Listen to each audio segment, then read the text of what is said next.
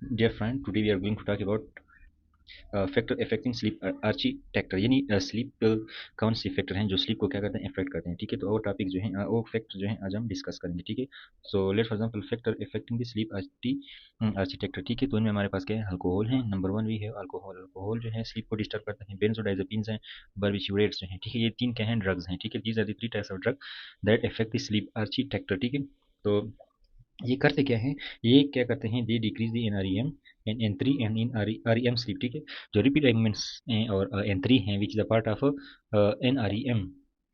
तो ये जो अल्कोहल है, बेंजोडाइजेपिन है, बार्बिट्यूरेट्स हैं, ये एन थ्री और आरईएम स्लीप को क्या करता है, डिक्रीज करता है। ठीक है, और यहाँ पर उन्होंने क्या लिखा है कि जो बेंजोडाइजेपिन है they are useful for sleep walking. ठीक है, नाइट टेरर्स, जो बच्चे नींद में उठते हैं, ठीक है ना, और उनको ख्वाब आते हैं, डरावने ख्वाब आते हैं, तो उन बच्चों को हम बेंजोडाइजेपिन देते हैं। ठीक है, तो बेंजोडाइजेपिन क्या है, वो ड्रग्स है जो हम स्लीप वॉकिंग और नाइट टेरर के लिए देते हैं।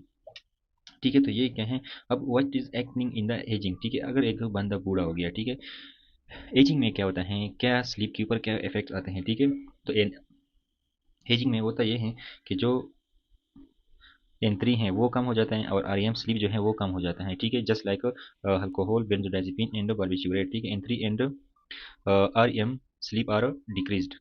आर एम और एन थ्री जो है वो डिक्रीज हो जाते हैं। ठीक है ना, R M N three and increase sleep onset latency. What is sleep onset latency या स्लीप लेटेंसी? तो स्लीप लेटेंसी हम इसको बोलते हैं कि जब फॉर एग्जांपल एक बंदा आँख को बंद करता है, लाइट को बंद करता है, ठीक है, और इस टाइम से लेकर, ठीक है, जब वो सो जाता है, तो इसको हम क्या बोलते हैं, स्लीप लेटेंसी। ठीक है ना, तो ये क्या हो जाता है, ज़्यादा हो जाती है। हमने अक्सर बूढ़ों को देखा है कि वो जब सोते हैं, आंख बंद करते हैं, तो वो काफ़ी ज़्यादा टाइम के बाद क्या हो जाते हैं, वो सो जाते हैं। ये तकरीबन 20 से लेकर 30 मिनट हैं। तो स्लीप लेटेंसी, ठीक है ना, स्लीप ऑनसेट लेटेंसी क्या होती है। ठीक है ना, sleep onset latency is time from closure of eye or light, जब हम लाइट या आंखों को बंद करते हैं और उस टाइम से लेकर टू द टाइम,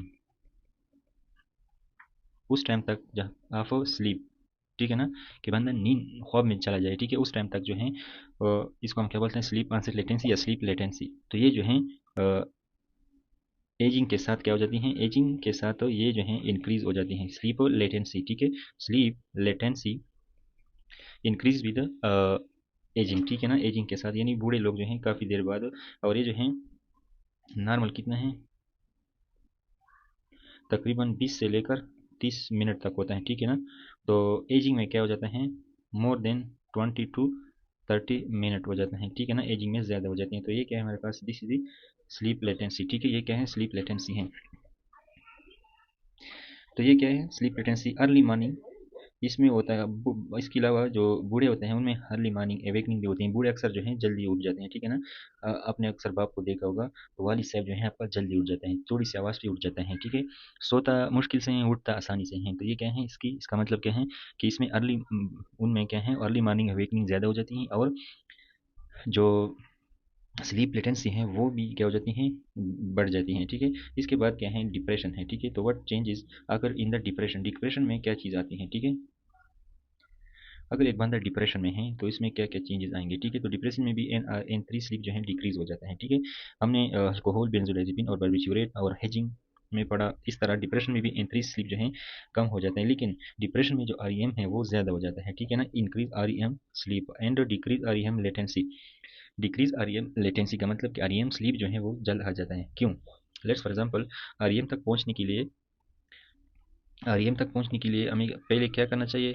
अब पहले हमने एन वन, यानी एन आर के जो स्टेजेस हैं, N one, N two, N three, ये हमने पहले कवर करना है। ठीक है, लेकिन अगर हमारे पास एन थ्री कम है, if N three is short या डिक्रीज है, तो हम आर तक जल्दी पहुंच जाएंगे ना।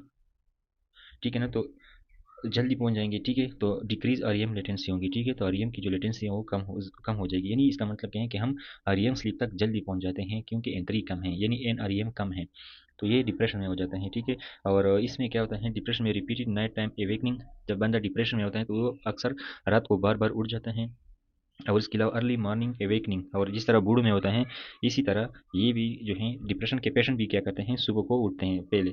और इसको हम क्या बोलते हैं, terminal insomnia, that is called as terminal insomnia, ठीक है ना। इसको हम क्या बोलते हैं, terminal insomnia. What is terminal insomnia, कि जब एक डिप्रेसिव पेशेंट में होता है और जब वो सुबह सवेरे उठता है, इसको क्या बोलते हैं, टर्मिनल इंसोम्निया। इंसोम्निया का मतलब क्या है कि ख्वाब का कम आ जाना, ठीक है ना। तो ये डिप्रेशन में होता है, डिप्रेशन में एंट्री कम हो जाता है, आरईएम जो है वो ज़्यादा हो जाता है, और आरईएम तक पहुंचना यानी आरईएम लेटेंसी वो भी कम हो जाती है, यानी हम आरईएम तक आसानी से पहुंच जाते हैं।